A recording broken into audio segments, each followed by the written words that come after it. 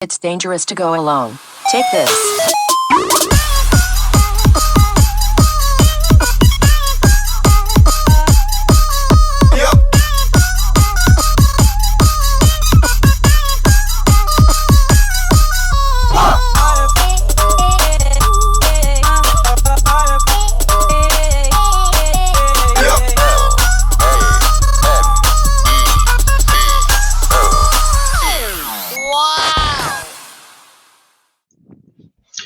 And welcome to the realm of geekdom. This is nerd breaking news. Like, subscribe, and hit that bell so you don't miss an episode. Today we're going to try something new. Today we're going to call it the Nerds versus Geek Battleground over here. And we're going to have random topics that we're going to select and we're going to pit everyone against each other. Today we have the professor and the kid facing off against each other. So here are the basic rules. So the first, I will choose who will side with which side, and they will have to represent that side. Both sides will then have a 60-second opening statement arguing for their selection. Then both sides will have an opportunity to counter argue for 90 seconds. Finally, we'll finish it off with a closing remark for 30 seconds. Best argument wins, according to the judge. So are we ready for the first matchup between you guys today? Yes, sir. I'm ready. All right, perfect. Let me get the timer ready. And we're going to do the first one. 1 minute. We're going to go ahead and move to the first argument. Which is the better trilogy, Lord of the Rings versus Star Wars? The kid, you will start off. You are Star Wars. Go. First and foremost, Star Wars is the most popular franchise in film history. Lord of the Rings, and I will concede a small amount here, is a better story to a degree.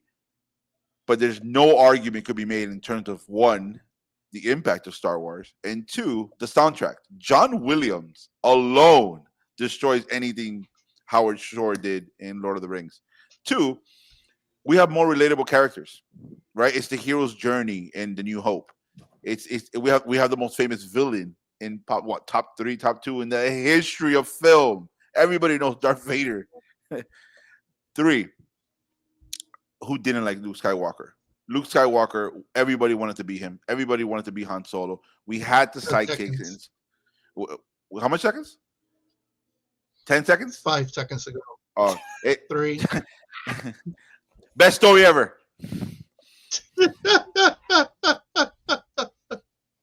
Professor, you All right, have just 60 seconds for All right, Lord of the Rings.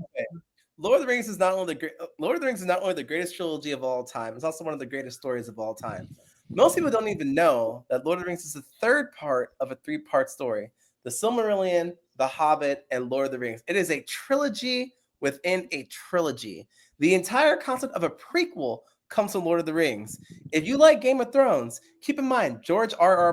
Martin, J.R.R. Tolkien. What a coincidence. Not at all. It's because when you're looking at Game of Thrones, essentially the framework of that story is, for all intents and purposes, a sequel to Lord of the Rings. Lord of the Rings is the father of all fantasy. It inspires all fantasy that's been created ever.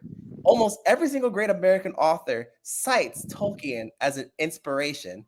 On top of it, to Palantir, one of the most ruthless corporations on earth, is a word taken from Lord of the Rings. Harry Potter itself is inspired by Lord of the Rings. Nazgul, Ringwraiths, you'll find all of it in Harry Potter, which they lifted from Lord of the.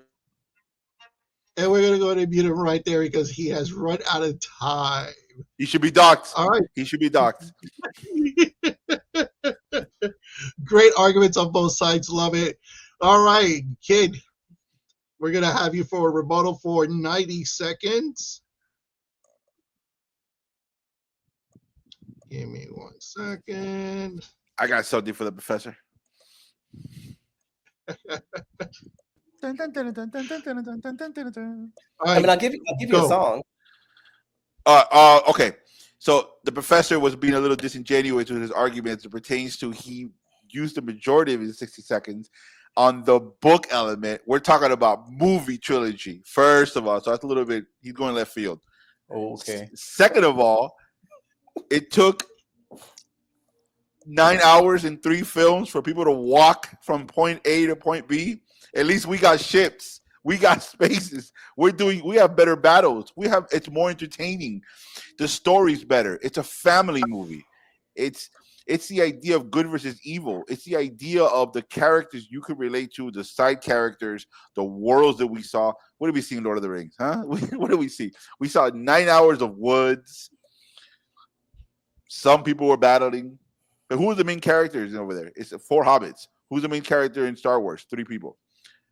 A rising Jedi Knight, a scoundrel in Han Solo, and Princess Leia. It's more quotable. It's more entertaining. It has the biggest pop culture impact in movie history, and it's the biggest franchise movie history. But in regards to the trilogy, the first 3 films, nothing. And by the way, Star Wars, the original one in 1977, beat 15 Jaws seconds. for summer blockbuster. They had the definition of blockbuster. It was only 3 of them in a span of 77 to 83, or 9 years. Lord of the Rings did 3 straight years. Star Wars is the most popular and most impactful. Let me tell you all how bad Star Wars is. Watch Star Wars and ask yourselves how many questions don't have answers. So Obi-Wan fights Darth Vader and sacrifices himself. Why? I thought he was a Jedi Master. Why did you just let himself get cut in half like that? There is no answer. Then in the end, use the Force, Luke. What a coincidence. We call that plot armor where it come from. Then you have the second movie, Empire Strikes Back, one of the greatest movies of all time. I concede that piece. However, let us not forget how they conveniently say, Luke, I am your father. When in the first movie, it's very clear that he is not. That was not the original plan. They fit that crap in there because they knew they were making a bad movie. Then Return of the Jedi. Need I get you started on Ewoks? Basically just teddy bears. An entire movie created simply to sell toys to children. So unoriginal, they copied the Death Star again, but they couldn't even complete the Death Star. They gave you scraps of a Death Star. Cheap. The movie's terrible. On top of it, too, that movie then spawned several other even worse movies. You have an entire prequel series that's trash. You have a sequel series that's trash, and none of it makes sense. You barely see Jedi's use any powers at all. You have no idea how a person even falls to the dark side to begin with, except for Anakin going through some kind of emo thing, which makes no sense at all. You got some inappropriate age gap relationship, which some would call statutory rape between him and Padme. Then you got Luke kissing his sister, incest. And you're going to compare that to the greatness of Lord of the Rings? 3. And the battle in Two Towers is quoted everywhere. I'm done. Kid, you ready for the closing statement? Yes, sir. All right, so closing statement is going to be 30 seconds. So make it count. Ready? Go. To quote the Wrath of Khan, you keep missing your mark. You keep talking about prequels. You keep talking about everything else. This is about the 3 films that Star Wars did, which is the 3 films in terms of trilogy, the Lord of the Rings did. Again, while you slightly have a better story-ish, Star Wars is more entertaining, has more of a cultural impact, and made it affected more generations than Lord of the Rings did. Lord of the Rings is based on a book. Star Wars was not based on a book. It was based on one guy who magically touched the imaginations of way more people than Lord of the Rings did. Star Wars fans 30 wish. seconds. Oh, me? Star Wars fans wish the Star Wars book because then they would get a better story. And let the record reflect that the kid has to quote Star Trek to say Star Wars. That's how bad Star Wars actually is. Further, Star Wars is so unoriginal that almost every single planet is one environment, which makes no sense. The forest moon of Endor. Did you know that the planet that they were actually on the end wasn't even Endor? It was a moon of it. Yeah, that's how unclear the story actually is. How does the Alliance come together? Oh, time's up for the closing remarks. Talk him again. All right, so we heard. So I heard both sides of arguments over here, and this was looking at the better trilogy for films. And unfortunately, Professor, I think Mr. Marco talking about the actual impact of the film and how that is the better trilogy. I would just have to get this win to the kid. The people So know the start truth. with The people know the truth. Hey, you can appeal it all you want. Take that L. All right, so let's go ahead and start for the next topic. Oh Lord. Next Oh topic. no. Best animated TV show: The Simpsons versus Family Guy. The kid will be siding with Family Guy. You got 60 seconds. Go. Family Guy. Biggest difference between Family Guy and The Simpsons. Simpsons started off amazingly for the first 7 to 10 years. Nobody could deny that. Family Guy took a while from 1999 to develop to where they're at now. With that being said, Simpsons has been universally known around the fans of the show or former fans of the show that the decline has hit was just as bad as the popularity was it once had. The last 10, 15 years have been irrelevant from The Simpsons as opposed to Family Guy. Family Guy got better with time. Now, Simpsons had a better shows in terms of individual shows you can name, Monorail and all those shows, episode wise, but as a show, as a totality, Family Guy got better. The jokes were better. They were more edgier. They were able to do more 10 things the seconds. Simpsons couldn't do. And I just think that also the impact of today's generation, Family Guy. Family Guy is a case study in why edgy isn't always good. So when you're looking at Family Guy, ask yourself, how often have you actually laughed during Family Guy? Like ha ha ha versus Family Guy is a kind of show where ultimately it has some jokes that land well in your mind, but don't quite move you towards laughter out loud. The Simpsons, there are many quotable episodes throughout the history of that show that we all remember. And we can all relate to The Simpsons far more than Family Guy. The idea of a dad going to a job that he hates, having to come back to a family that he doesn't really like all that much, a son that he can't control, a daughter who's a genius, who's smarter than he is, and a little girl who's smarter than all of them but can't communicate. I mean, if we can't connect with at least some aspect of that, I don't know what to tell you. Versus the Family Guy, the best character in the show is a talking dog. A talking dog. I rest my case. All right, perfect. So let's move on to the next section then. So you have rebuttals right now for minute 30 seconds. When you're ready, let's go, kid. Okay, so Bart used to be the most popular character in The Simpsons. Stewie destroyed him. Stewie has been destroying him for the last 10, 15 years. There's no competition. Two, you mentioned the ha and the ability to laugh when you watch Family Guy and you watch The Simpsons.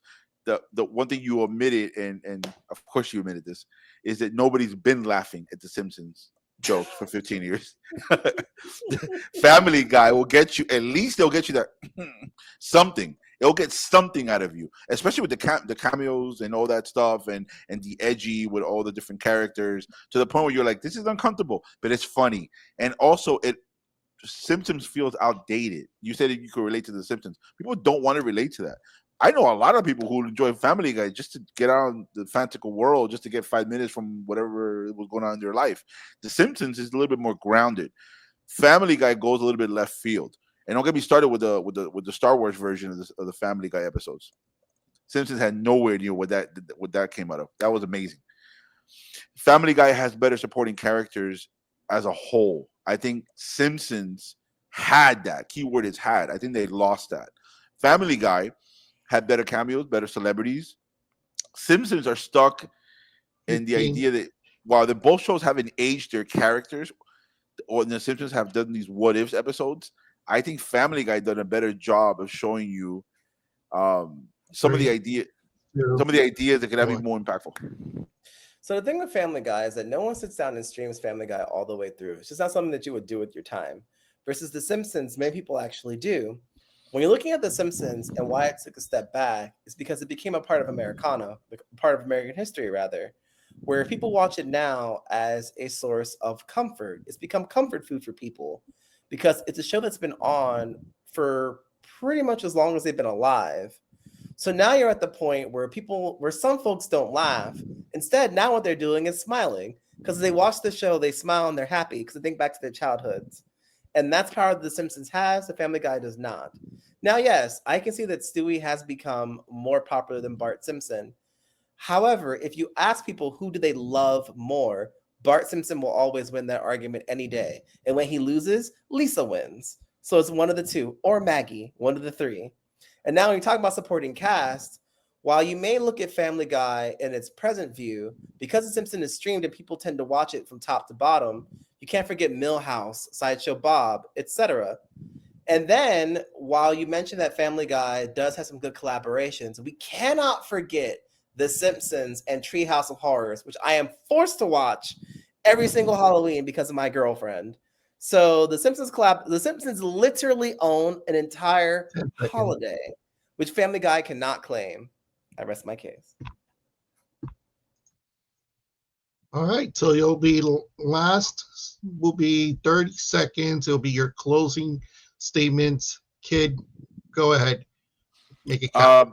Yes, Golden Age Simpsons is a top 5 show in the history of TV. But Golden Age is the Golden Age, and it hasn't been the Golden Age for a good 15, 20 years. Family Guy has supplanted South Park, Simpsons. It is now what the Simpsons used to be. And Family Guy has hit more consistently clever and edgier jokes to hit the 4, last 25, 15-year era of people that the Simpsons have. So you're not out of the golden age when you're still winning. And when you're looking at The Simpsons is still winning, so they're still in their golden age. And when you use our good friend Google, The Simpsons has historically had more viewers than Family Guy, and their viewership for both shows is actually declining at the same rate. So Simpsons still has that W because they own history. They are a part of nostalgia, in a way Family Guy is not. All right, perfect. Both sides have incredible arguments for this one, but I am going to go ahead and side with the professor on this one. And just because those stats literally sold it, they do have more viewership than they do with Family Guy still to this day. That means Family Guy hasn't surpassed The Simpsons. The Simpsons has the legacy, the history, and they continue to bring smiles to people. Simpsons just wins it based on the arguments. I found the numbers So actually. it's going to have a tiebreaker. It's a million more viewers. 1 numbers million told me. more people. 1 million more people. So we're all tied up over here 1-on-1. So let's go ahead and finish this one. This one is going to be a free option, and we're going to go with the same process. You're going to sell the idea to me. Third question is, what is the best Nintendo system? Professor, go ahead. You have 60 seconds. The Super Nintendo is the greatest system of all time for one reason. It's called Super Mario. Super Mario is the one game where no matter what age you are, you will always be willing to play it.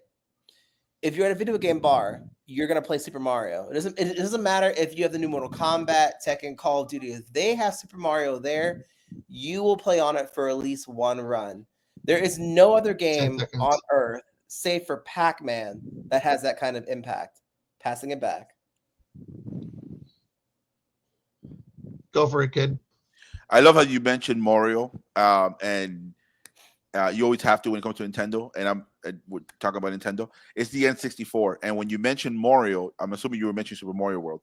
Nothing compares to Mario 64, graphic-wise, impact-wise, control-wise. The library of systems the game has. Not even you included Mario. I'm including the games library the Nintendo 64 has, and also the cultural impact of 64. When you saw that 3D Mario, there's nothing like it. Perfect. So now we have rebuttals for 1 minute and 30 seconds. Professor? Rebuttal. The 64 had three great games: GoldenEye, Metroid Prime, and Super Mario 64. The problem is, what? I don't see why that's offensive. The problem is, those three games are completely lost to time. Most folks, except for the nerdiest of nerds, don't remember them at all. So when you're looking at Metroid Prime, when you were playing it, you were in it. But once it was over, forgotten about. Super Mario 64, when you're going out and you're at the video game bar, Are you playing Super Mario World or are you playing Mario 64? We all know the answer. That ends that.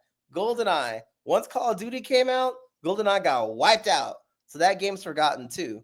Most of the great 64 games, which were great for their time, simply did not last the test of time, which is unfortunate because they deserve to be remembered, but they're not.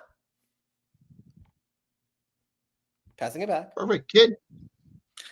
The fact that you mentioned 3 games is an insult to the 64, and I love how you didn't even mention any games for the Super Nintendo. 64, first of all.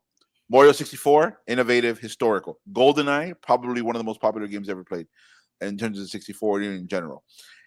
The Ocarina of Time and Majora's Mask were not only critically acclaimed, but Ocarina completely changed the trajectory of Zelda, where it was coming from. Donkey Kong 64, Diddy Kong 64, all these games mattered. And don't get me started with the disparity of the wrestling games in 64. Because remember, Nintendo video games is subjective. You could be playing a racing game. I could be playing GoldenEye. It's all subjective. But what's not subjective is the library. And again, it was a controller we never seen before. It was graphics we never seen before. And it was something the Super Nintendo didn't have. The ability to have multiplayers at the same time. It was 4 at the same time as opposed to Super Nintendo. And Mario Kart 64. Professor, 30 seconds. I didn't cite the games because I was saving it for my final blow. Let us not forget the Super Nintendo is what gave you the Ninja Turtles game, the original Super Mario Kart. I believe there was another Mario that came out on the Nintendo as well. You also had Metroid, and you had the original Legend of Zelda as well. So when you're looking at it, not the green and black one, but the one that actually had a bit of color to it, if memory serves me correctly. So when you're looking at it, these are all games again that are still played today. The kid, 30 seconds. I love how he argues for the Super Nintendo, but he can't even name the game. So you talk about Link to the Past. That's the third Zelda game. The first one was in the Nintendo. So you got that wrong. And then in terms of games, again, the library of the game, N64 had innovative graphics, innovative games. Again, I'm a big wrestling guy. No Mercy, all these games that came out. And time has run out for his closing statement there. So this is a little harder one because I actually played with both systems. I grew up with the Super Nintendo and actually played a lot on the other one. But because of my heart, I have to go with the classic. I'm gonna have to go with Super Nintendo because it is the first introduction that we have in our generation. And I remember the Teenage Mutant Ninja Turtle games. You could never beat the damn Shredder in that game. It was impossible at some times. I remember that game. And I remember playing it with my friends, or I remember sitting us in that big TV. It was a big TV that took us half of the space of the living room. And it'll be like 6 of us just trying to do our best with the Teenage Mutant Ninja Turtle. It was amazing. It was a good times. Yep. All right, well, I hope you guys enjoyed this segment of Nerd vs. Geeks. In this case, the professor is the winner of the first rounds. I demand a recount. But we will definitely have another episode for you guys. We will definitely change the topics. If you have any crazy questions that you want us to debate, put it out there in the comments. We'll love to go ahead and throw it in there, and we'll definitely give you a shout out in the video. But so then, thank you for tuning in. Whether you're a Jedi, time traveler, or a game host, keep your fandom alive and your warp drive engaged. Until next time, fellow nerds, this was Nerd Breaking.